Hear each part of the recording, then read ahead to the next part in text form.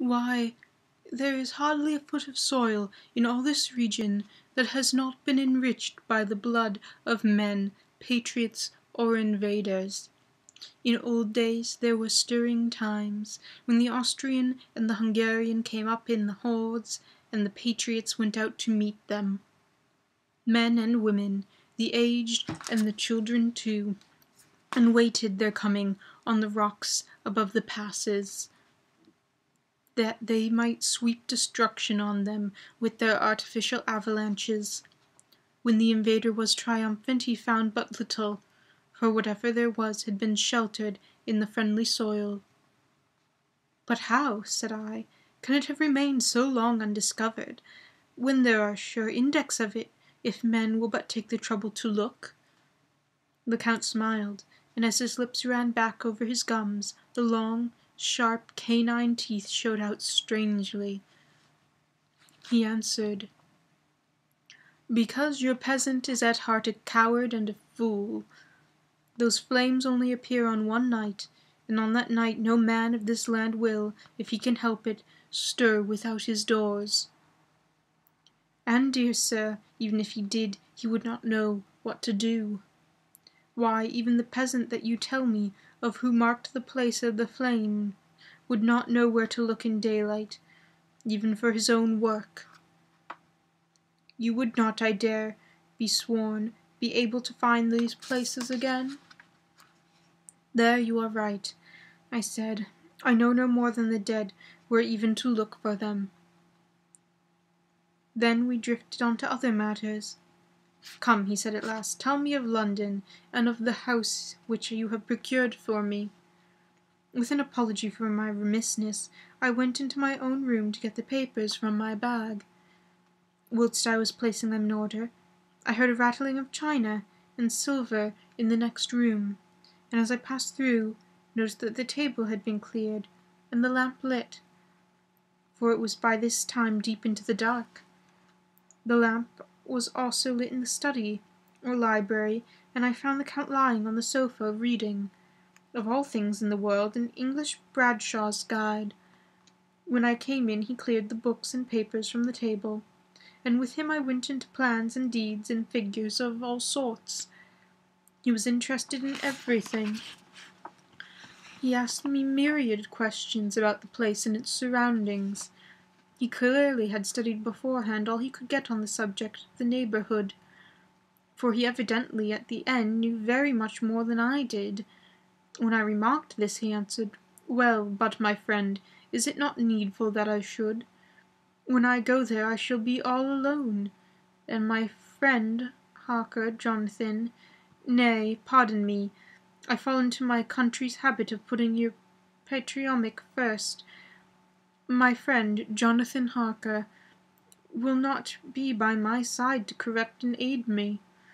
He will be in Exeter, miles away, probably working at papers of the law with my other friend, Peter Hawkins." We went thoroughly into the business of the purchase of the estate at Purfleet.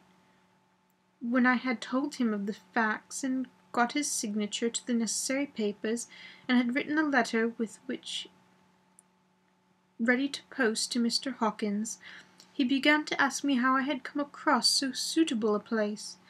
I read him the notes which I had made at the time, and which I inscribe here. At Purfleet, on a by-road, I came across just such a place as seemed to be required, and where was displayed a dilapidated notice that the place was for sale. It is surrounded by a high wall of ancient structure built of heavy stones, and has not been repaired for a large number of years. The closed gates were of heavy old oak and iron, all eaten with rust. The estate is called Carfax, no doubt a corruption of the old Cartafase, as the house is four-sided, agreeing with the cardinal points of the compass. It contains in some 20 acres, quite surrounded by the solid stone wall above mentioned. There are many trees in it, which make it in places quite gloomy, and there is a deep, dark-looking pond or small lake, evidently fed by some springs, as the water is clear and flows away in a fair-sized stream. The house is very large, and of all periods back, I should say, to medieval times, for one part is of stone, immensely thick, with only a few windows high up, and heavily barred with iron. It looks like part of a keep, and is close to an old chapel or church. I could not enter it, as I had not the key of the door leading to it from the house, but I have taken with my kodak views of it from various points.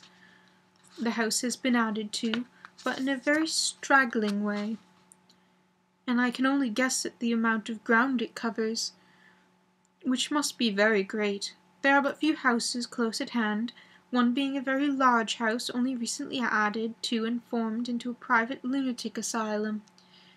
It is not, however, visible from the grounds. When I had finished, he said, "I am glad that it is old and big. I myself am of an old family, and to live in a new house would kill me. A house cannot be made habitable in a day, and, after all, how few days go to make up a century. I rejoice that there is a chapel of old times. We Transylvanian nobles love not to think that our bones may be amongst the common dead. I seek not gaiety nor mirth, not the bright voluptuousness of much sunshine and sparkling waters which please the young and gay.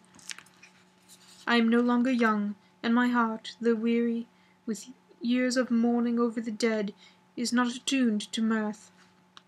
Moreover, the walls of my castle are broken, the shadows are many, and the wind breathes cold through the broken battlements and casements.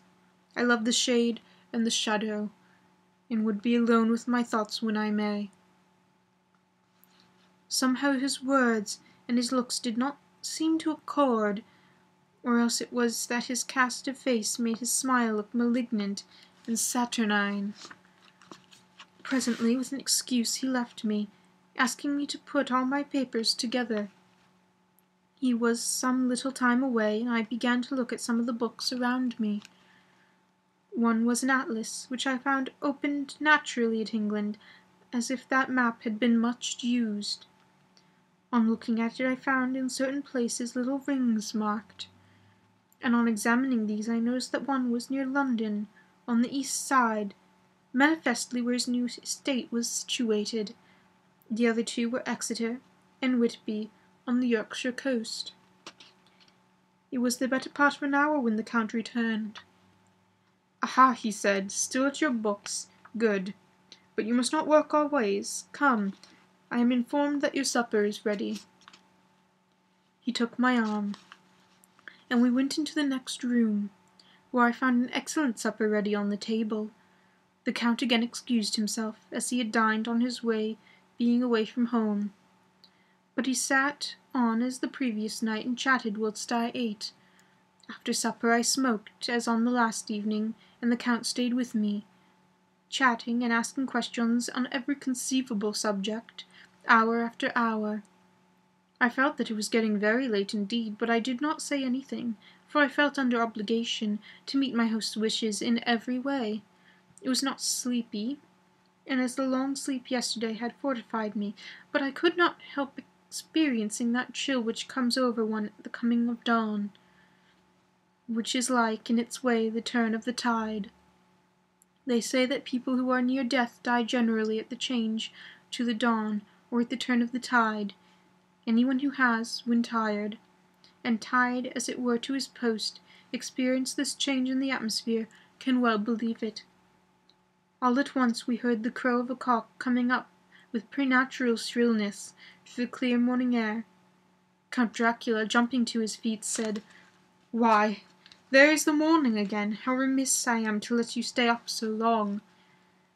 You must make your conversation regarding my dear new country of England less interesting, so that I might not forget how time flies by us," and, with a courtly bow, he left me. I went into my room and drew the curtains, but there was little to notice. My window opened into the courtyard. All I could see was the warm, grey, quickening sky. So I pulled the curtains again, and have written of this day.